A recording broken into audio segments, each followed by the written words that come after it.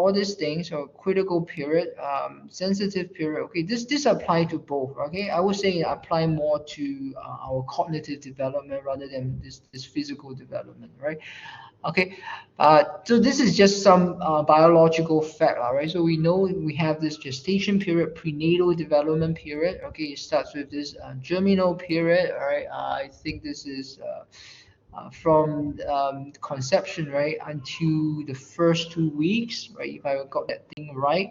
And the embryonic period is after the first 2 weeks of conception, all the way until like the second month, right? Yeah, second month. And then fetal period will be after the second month until yeah, until birth, right? And then timing effects of teratogens. Wow, this is a really big word. Yeah, so I learned something new. Actually, I don't even know this thing. I thought it was androgen. No, it's not androgen. It's teratogens. All right. So these are all kinds of. These are not just chemical substances. All right. It can also refer to external variables, psychological variables like maternal stress, um, yeah, like weather, climate changes, though all these things can be teratogens, yeah. But generally, right, I mean the consensus what usually refers to drugs, okay, drugs and viruses, all these things, right? So it's usually by default we are talking about biochemical substances, right? Very very harmful biochemical substances, and then of course during critical period, especially during germinal period, germinal embryonic period, this two because they're the initial phases, right? They have the worst effects, right? So always not too good, right? I mean, yeah. So if you have a say, people who are taking drugs, cocaine, all right, there's yeah, a lot of such people, unfortunately, they're taking cocaine, and then you're having a child, right? So yeah, so unfortunately, your child will definitely have some developmental disorders, right? Yeah, yeah, it cannot be avoided, right? So later life, okay, so that's our our review paper, right? So we have physical, we have sensory changes, cognitive changes, okay, that can lead to ageism and discrimination, right? Well, I saw the word discrimination, yeah, today, and then I was literally staring at it, right? Yeah, because it brought up a lot of my past memories, yeah. So, yeah, so I mean, when you guys go out to work, right, in the future, definitely, right? I mean, in Singapore, we don't really experience so much ethical, I mean, this ethnical, right? Sorry, I mean, ethnical or racial discrimination. But there's a lot of discrimination based on other factors, like which university you come from, like your kind of social economic status, and then even like your rank, okay, in the company, right? So these are the more prevalent kind of discrimination, and then it can get worse as you get older, right? If you're kind of working in engineering, IT sector, okay, I know a lot of people there. So if you're past like a certain age, like 40, okay, like 40, yeah, literally, yeah, if you're past 40, you can just be fired, right? If you're kind of a programmer, and then you're not really performing, okay, as well as the newly grads, right? I mean, you could just be fired, right? So that's and people don't even say that this is ageism, right? They just accept it as a social norm, right? Professional norm, which is very very unfortunate, right? Very very unfortunate. Yeah. Okay, now let's turn to this Piaget, this cognitive development theory. Okay, all these things that this thing will buttress your understanding yeah, of developmental psychology when you actually take our this PY 2106 course. Yeah, so this is extremely important. So I will be a bit slower, right? So that we have a lot of words, on this table, right? This is from our textbook, of course, okay. But all I want everybody to know, right, is the first two columns, okay, the first two columns, okay. The keywords actually they're very easy to understand, right?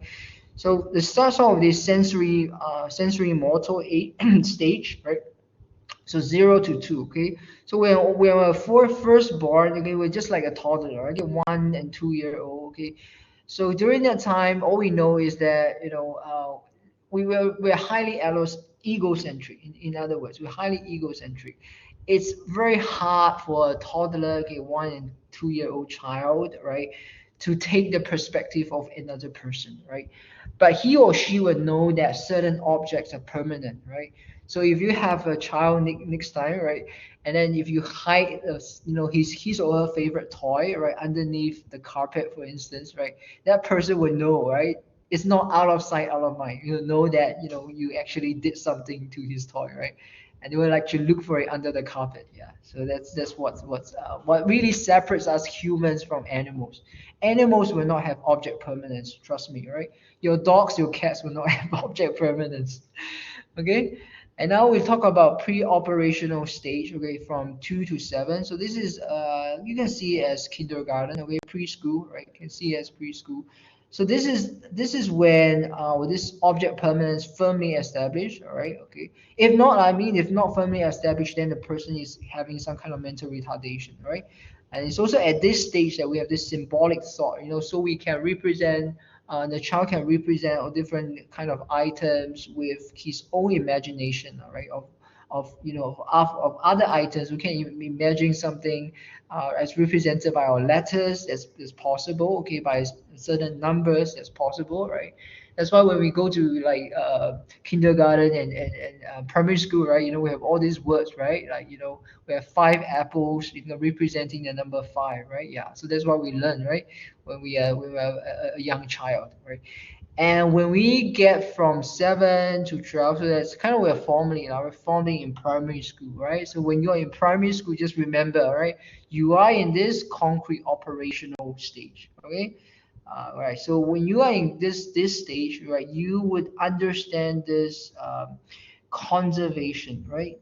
Yeah, you will understand this conservation, this principle, right? So and then Piaget uses like 7 of such tasks, right? So that's our text will show a few diagrams on that, right? A few examples, right? And later on, the next time I will just talk about one of them, right?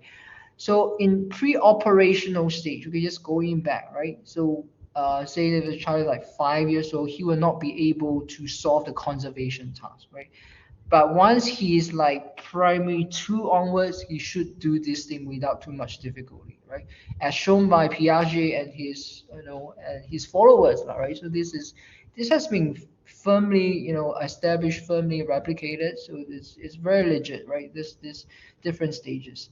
And then the last one is perhaps the one with the widest age range, right? This so-called formal operational stage, right? So this is when you're in early adolescence, okay, you're 12 years and older, right? So we should be in our secondary one, okay? It should be in sec one, yeah? So you can apply logic abstractly, right? And then, uh, yeah, so hypothetical thinking, okay? Maybe not for everybody, okay? This sounds a bit too generic, but I think it's for the gifted ones, right? For the gifted people. I don't think I know what the hypothesis is when I'm in sec one. Okay, no. Okay, but then so it's during that time, and then you can. That's why when we reach like sec two, right? That's when we start to learn algebra, right? Yeah. Maybe sec one. Okay, maybe sec one. Yeah, sec one. Some people already started learning. Yeah. So it's considered as more abstract. That's why it's kind of introduced from sec one onwards. Yeah, that's the reason. Yeah. Okay, now we'll look at this famous example. This is just to refresh everybody's memory, all right? So I know this is talk about in our pre-recording. Dr. Peter should have mentioned it, right? So this is basically, all this, different. Basically, when we talk about conservation, okay, let me just define the conservation. What are we conserving, right? So we are conserving or we are maintaining, right, this volume, right, or quantity, right, of a certain substance. So in this case, we're looking at the volume of water, right? The volume of the water in the cylinder, right?